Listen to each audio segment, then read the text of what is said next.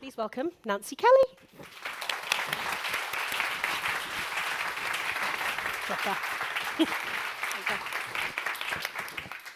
Hello everyone. I don't know if you could see me gesturing like a toddler for the clicky thing, but I'm in control. Let's see if it works. Oh, there we go. It's lovely to see you all. Thanks for inviting me. I am very excited. I'm also getting older, so I'm going to use glasses for this bit. So, at Stonewall, we stand for all LGBTQ plus people, and we can imagine a world where LGBTQ plus people everywhere can live our lives and are free to be ourselves. As many of you know, we were founded in 1989, and we were founded to fight back against Section 28 of the Local Government Act. But today, we work across all 4 nations of the UK, and we work with LGBTQ rights activists in countries all around the world to try and create that world where we all get to be free. We know it's a big ask. It's a bold vision, right?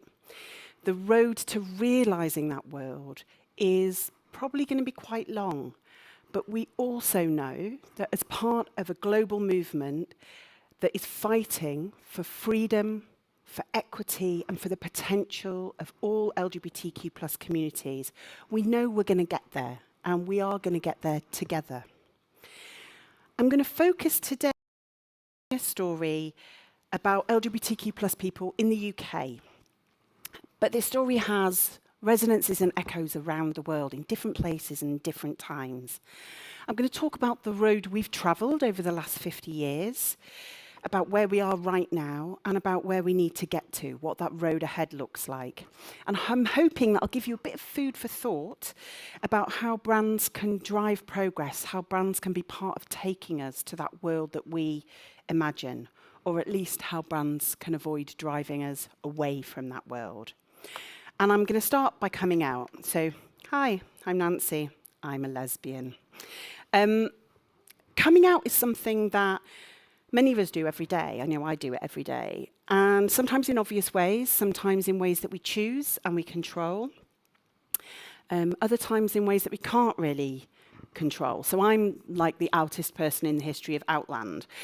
But even I was super, super surprised when I became a mum, because you suddenly lose control of who you're out to, when you come out, what's going on, because there is just nothing you can do when you've got an 8-year-old that is yelling at you on the bus, "Mummy, is Mama picking us up from school later?" and everyone turns round. So I'm going to talk a bit about coming out, and I'm going to share one of my favourite quotes. So this is a quote from Harvey Milk. He was the first openly queer person to be elected in the state of California. This was actually a quote from the year in which he was killed. "Gay brothers and sisters, you must come out. Come out to your parents. I know it's hard and will hurt them, but think about how they'll hurt you in the voting booth. Come out to your relatives. Come out to your friends, if indeed they are your friends. Come out to your neighbours, to your fellow workers, to the people who work where you eat and shop. Come out only to the people you know and who know you, not to anyone else. But once and for all, break down the myths. Destroy the lies and distortions for your sake, for their sake." So Harvey said that in 1978.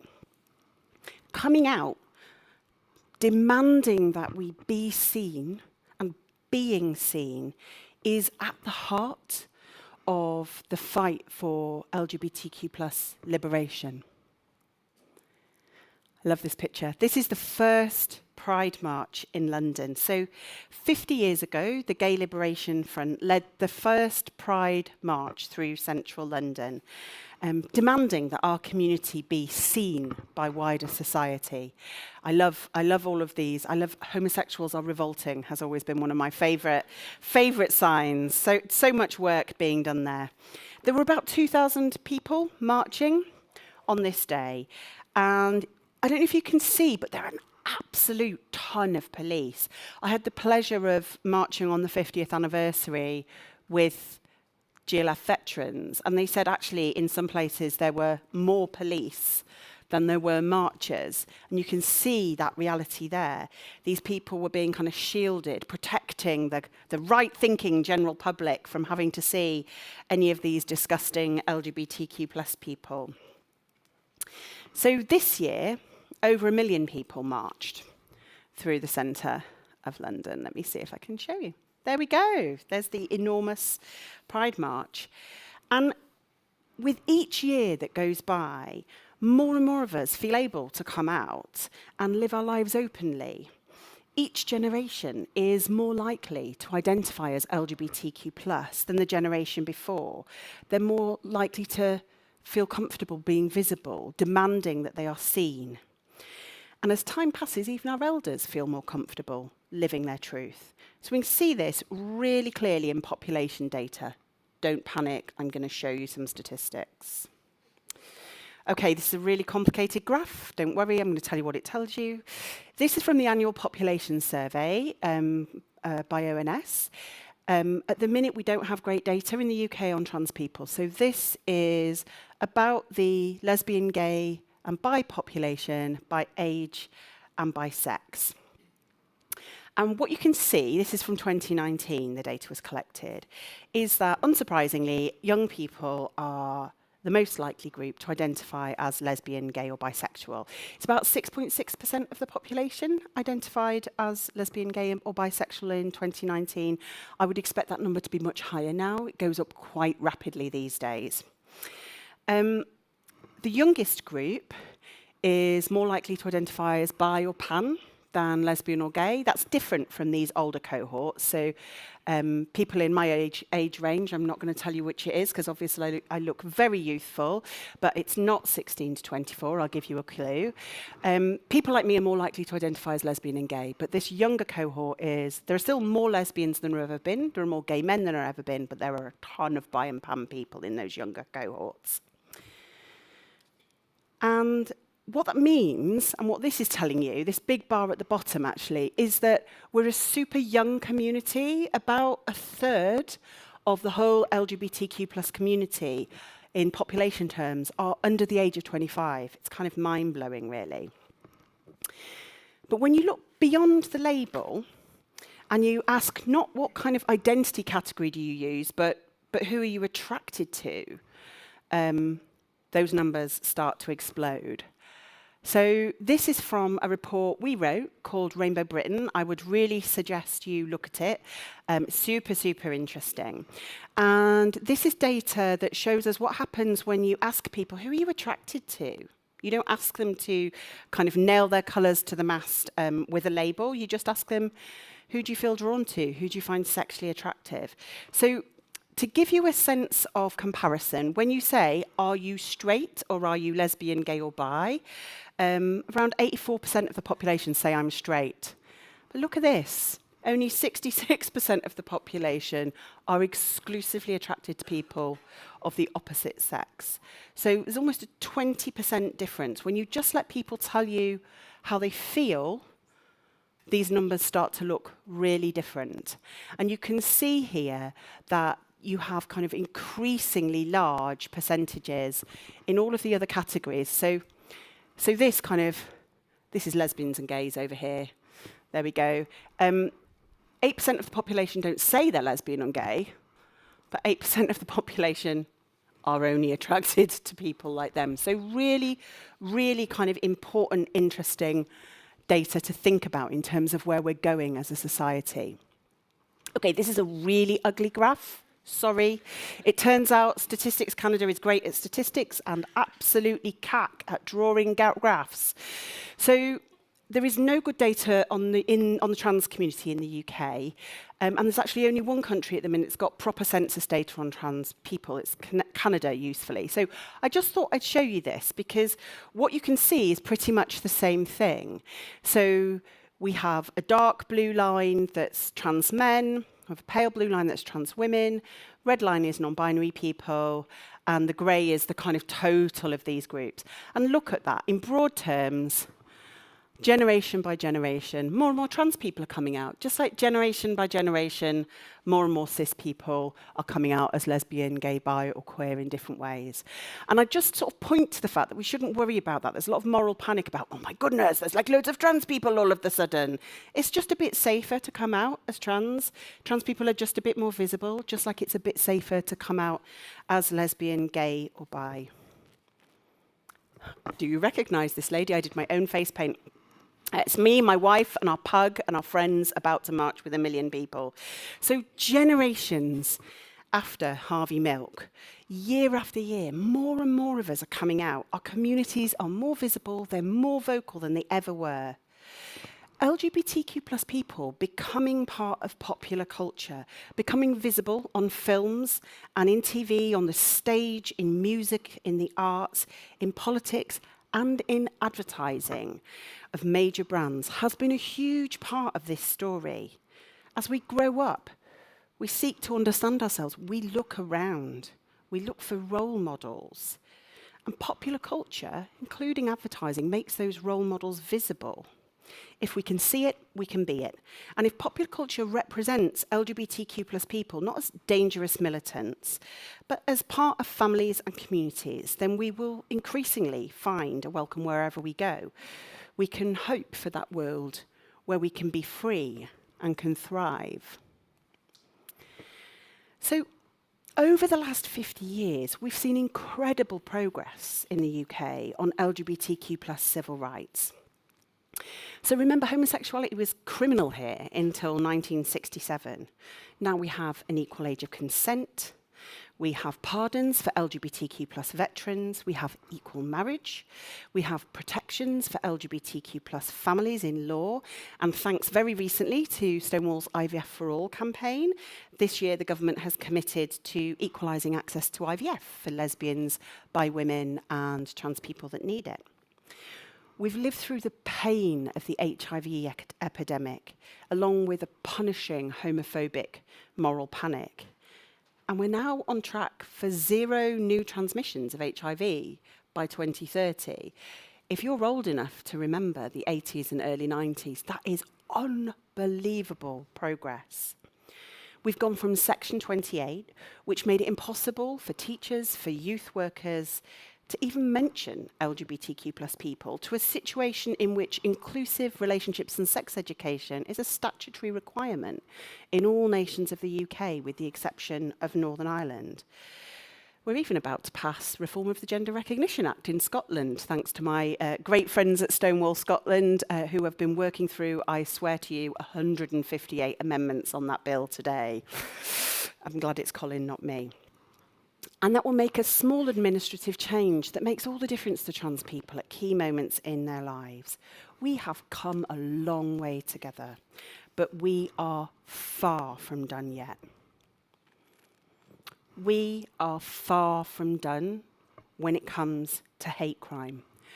Homophobic hate crime has more than doubled over the last 5 years.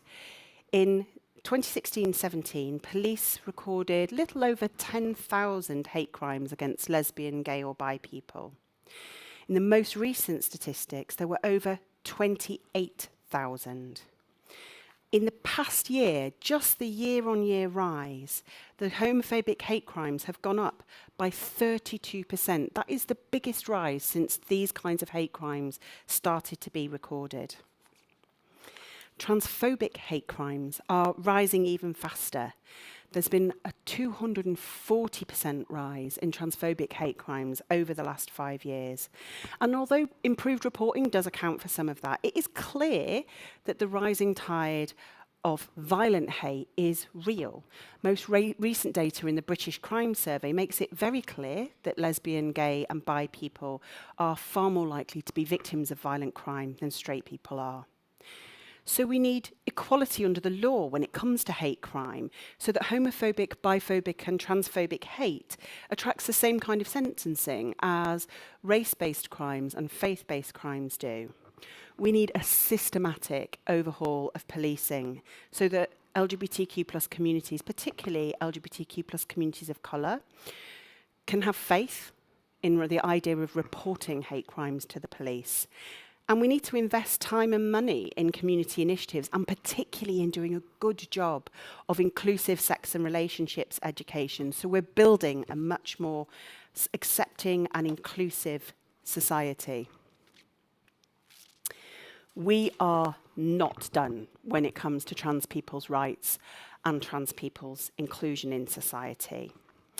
So I'm just going to tell you what you're looking at here because you might not know this, but most of our legacy media, I like calling them that, it's a bit side-eye, but there you go, have a whole section on their website called transgender or transgender issues. They have a whole section, and I've deliberately given you The Guardian as well as the Mail because they all do.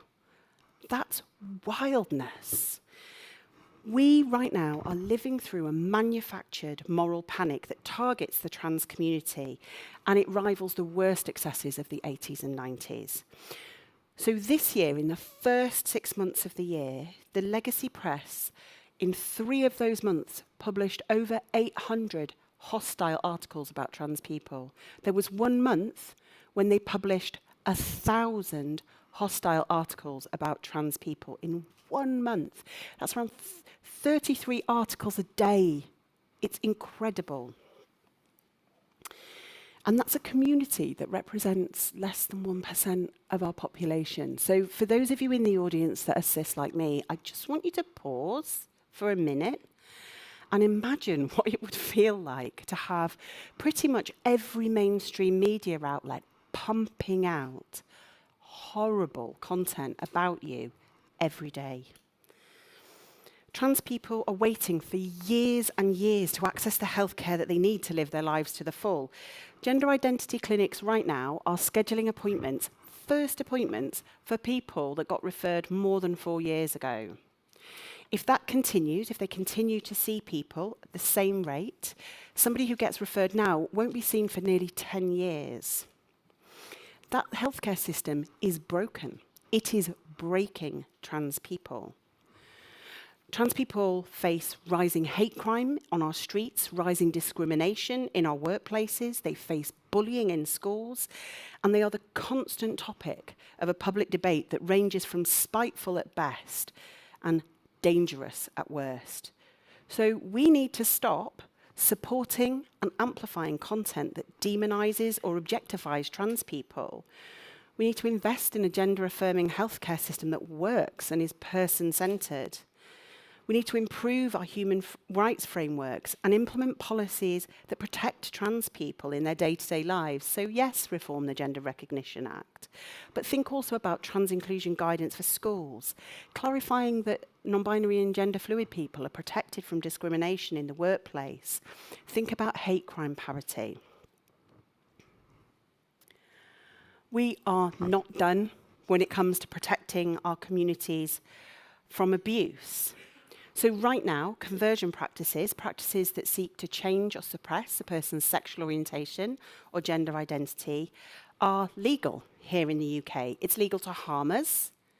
It's legal to advertise harming us. It's legal to charge for harming us.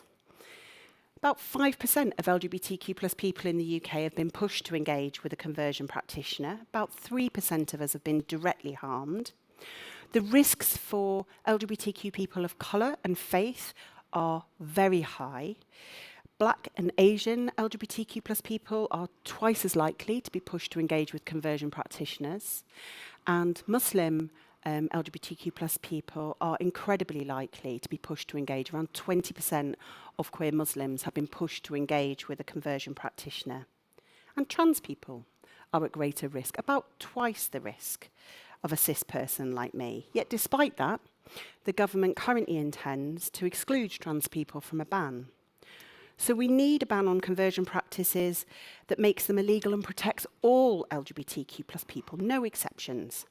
We need a ban without loopholes for faith, without loopholes that say that we can consent to our own abuse.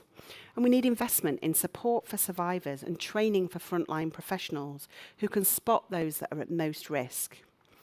Could go on, because we are far from done on healthcare, we are far from done on mental health, we are far from done when it comes to protecting protecting LGBTQ plus refugees, or engaging with the experiences of LGBTQ plus people of faith.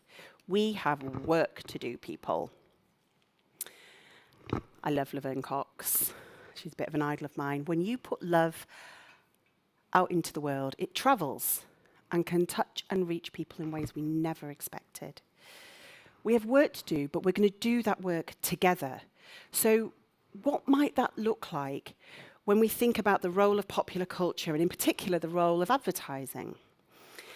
First of all, every single person here has the potential to be a catalyst for positive change. You can put love out into the world in tiny and important ways. You can work for LGBTQ plus inclusion in your workplace, including working with us at Stonewall through the Diversity Champions scheme. You can embrace and support LGBTQ plus activism in your community. You can buy goods and services from LGBTQ plus creatives. You can be visible as an amazing LGBTQ plus person yourself. But within the context of your organizations, you can do work and give advice that has the potential to send much bigger ripples out into the world. I'm going to start with the tough stuff. You can stop funding hate, right? Think about where the money gets spent. Remember that information I gave you about press coverage, those hundreds and hundreds and hundreds of articles a month that get published about trans people? Sending a clear message about the world you want to do business in, about how you select your partners, could help change that picture. And this is a fantastic organisation called Stop Funding Hate. You should support them if you don't already. They're absolutely amazing. I'd love to just, if we can, play the video. Do I press the button to make that happen? Let me see. Yes. So I knew nothing about trans people when my daughter told me that she was trans. I'll never forget it, because we were in the car and we stopped somewhere and she said, "Mummy, I have to ask you a question." And she burst into tears and she said, "Is there an operation that can make me a girl? Because I'm not really a boy, Mummy, I'm a girl." One night we were in bed reading a story and Emma turned around to me and said, "Mummy, my heart keeps making me feel like a girl and I can't make it stop." I feel as though the media portrays us like we're not human beings. I think newspapers exploit the issues just to sell their papers.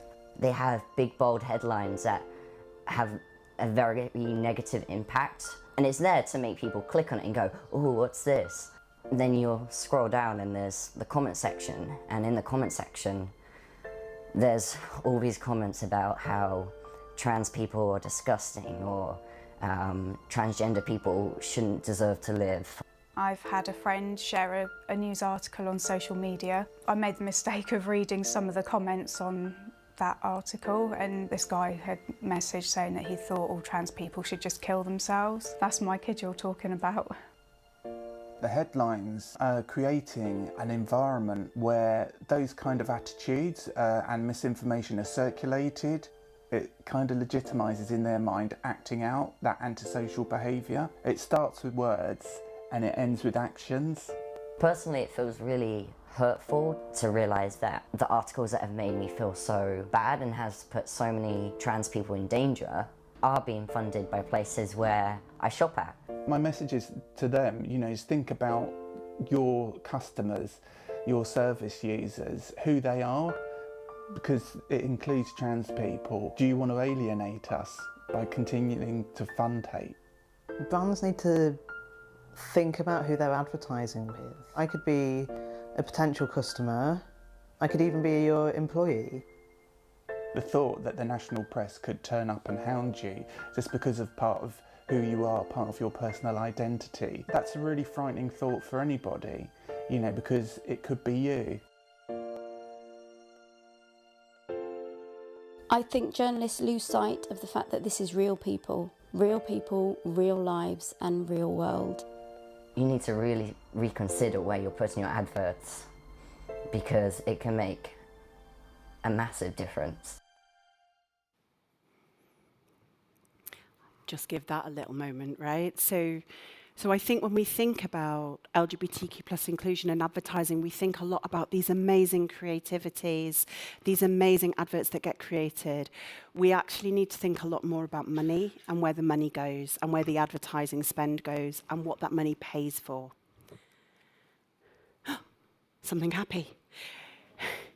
Support LGBTQ plus talent, you know, tell stories about LGBTQ plus people with LGBTQ plus people. Supporting authentic storytelling, you know, nurtures talent, but it captivates audiences. Queer storytelling has changed the world before and it will change the world again, over and over. And tell stories where LGBTQ plus people are woven through like a golden thread. Tell them everywhere, not just in markets where it's easy, but in markets where it's hard. Put that love out into the world and watch it grow. Because Harvey Milk was right. A world in which LGBTQ plus people can be out and proud. A world in which all LGBTQ plus people are free to live our lives to the full, free to be ourselves, is a world which is better for everybody. Do it for yourself, but do it also for them, he said. So I'm going to finish with this incredible quote. I always say my motto is, might as well be hung for a sheep as a lamb. I think Gertrude Stein said it better. I think this is what queer and genderqueer people teach the world. You look ridiculous if you dance. You look ridiculous if you don't dance. So you might as well dance. Thank you for listening.